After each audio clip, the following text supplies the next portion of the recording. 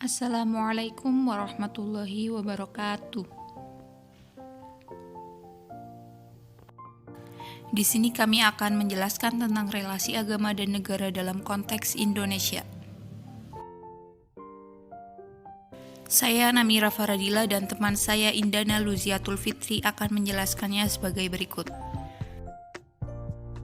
Relasi negara dan agama menurut pengalaman Indonesia, relasi antara negara dan agama memiliki kecenderungan sebagai berikut.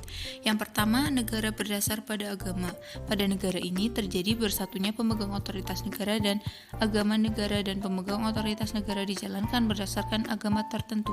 Pada model negara ini terdapat dua kemungkinan, yaitu warga negara diwajibkan memeluk agama resmi negara dan kemungkinan lainnya warga diberi kebebasan untuk memeluk agama sesuai keyakinannya.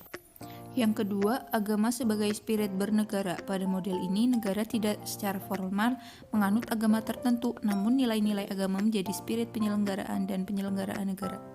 Dan terdapat jaminan dari negara terhadap warga negara untuk memeluk agama tertentu dan beribadat berdasarkan keyakinan agamanya itu. Lalu yang ketiga, negara sekuler. Pada negara model ini terdapat pemisahan otoritas negara dan agama, atau secara ekstrim, negara tidak mengurus agama dan demikian juga agama tidak berkaitan dengan negara. Indonesia ini berada pada model kedua, yaitu agama sebagai spirit bernegara. Indonesia tidak menganut kepada agama tertentu, namun negara berdasar kepada prinsip ketuhanan dan negara memberikan jaminan kebebasan beragama kepada warganya. Selanjutnya ada hubungan antara agama dan negara. Indonesia. Pertama, golongan yang berpendapat bahwa hubungan antara agama dan negara berjalan secara integral. Domain agama juga menjadi domain negara, demikian sebaliknya, sehingga hubungan antara agama dan negara tidak ada jarak dan berjalan menjadi satu kesatuan. Yang kedua, golongan yang berpendapat bahwa hubungan antara agama dan negara berjalan secara simbiotik dan dinamis dialektis, bukan berhubungan langsung sehingga kedua wilayah masih ada jarak dan kontrol masing-masing sehingga agama dan negara berjalan berdampingan.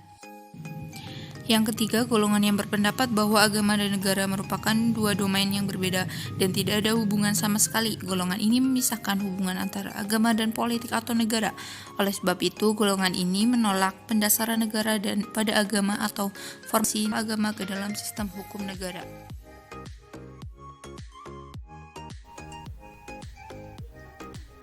Relasi agama dan negara di era modern. Di sini dijelaskan perdebatan yang terjadi di dunia Islam modern tentang agama dan negara telah melahirkan pemikir-pemikir Muslim, baik dari kelompok yang mendukung penyatuan agama dan negara serta yang berupaya memisahkan agama dan negara, maupun yang mencoba mengambil jalan tengah di antara keduanya. Secara garis besar di sini dijelaskan, kelompok-kelompok tersebut meskipun memiliki konsep yang berbeda-beda mengenai hubungan agama dan negara, namun sama-sama mengakui pentingnya prinsip-prinsip Islam dalam setiap aspek kehidupan, karena Islam selalu memberikan panduan moral yang benar bagi tindakan manusia. Namun demikian, keduanya tetap mempunyai penafsiran yang jauh berbeda terhadap ajaran Islam dan kesesuaiannya dalam kehidupan modern. Hubungan antara agama dan negara merupakan salah satu subjek yang hangat diperdebatkan di kalangan para pemikir Muslim sejak dulu hingga saat ini. Berbagai riset pun telah dilakukan di beberapa negara tentang keselarasan antara ajaran Islam dengan konsep dan kultur politik masyarakat Muslim. Namun, karena tingkat penetrasi Islam ke dalam negara dan politik berbeda-beda, maka timbullah kesulitan untuk menentukan sebuah negara yang menjadi pola dasar negara Islam.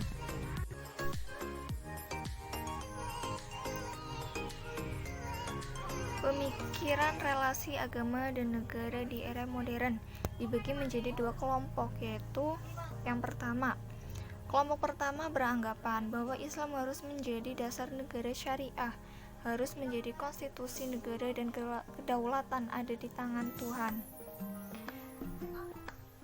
Kelompok kedua beranggapan bahwa Islam tidak meletakkan suatu pola baku tentang teori negara atau sistem politik yang harus dijalankan oleh umat Islam.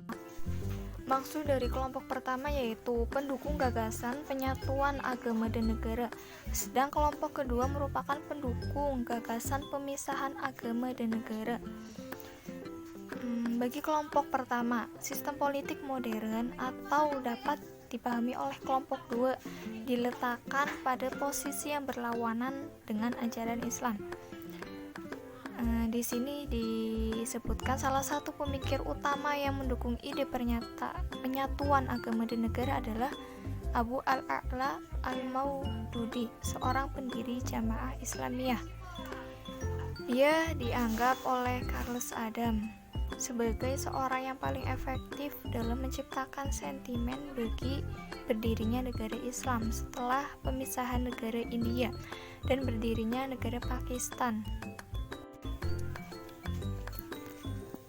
Dan kesimpulannya, konsep reposisi peran negara atas agama-agama yang terpenting adalah negara menempatkan diri sebagai fasilitator, bukan lagi mengatur tetapi menjadi fasilitator dan hegemoni.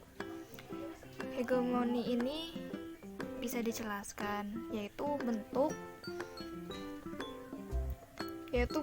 penguasaan terhadap kelompok tertentu dengan menggunakan kepemimpinan intelektual dan moral secara konsensus. Maksudnya yaitu kelompok-kelompok yang terhegemoni menyepakati nilai-nilai ideologis penguasa. Konsekuensinya, pemerintah harus mencabut peraturan-peraturan yang mengintervensi cara keberagaman masyarakat negara, harus mengembalikan urusan keagamaan menjadi urusan sipil. Dengan ini, masyarakat akan terdidik melakukan dialog dan mengembangkan mekanisme pengelolaan konflik sendiri. Reposisi peran negara atas agama-agama ini membawa konsekuensi besar dalam mekanisme aparatur negara maupun budaya keagamaan masyarakat. Kesiapan keduanya akan diuji. Sebagai konsekuensi reposisi ini apakah dapat cukup siap mengurangi kuasa atau powernya dalam mengatur agama-agama. Apakah masyarakat juga siap memperbesar kemandiriannya, terbebas dari urusan negara dalam beragama, karena tidak jarang masyarakat kita juga menikmati dalam posisi dimanjakan. Pak Tani pergi ke sawah, pulang-pulang membawa ikan. Jika tutur kata kami banyak yang salah, mohon kiranya untuk dimaafkan. Wassalamualaikum warahmatullahi wabarakatuh.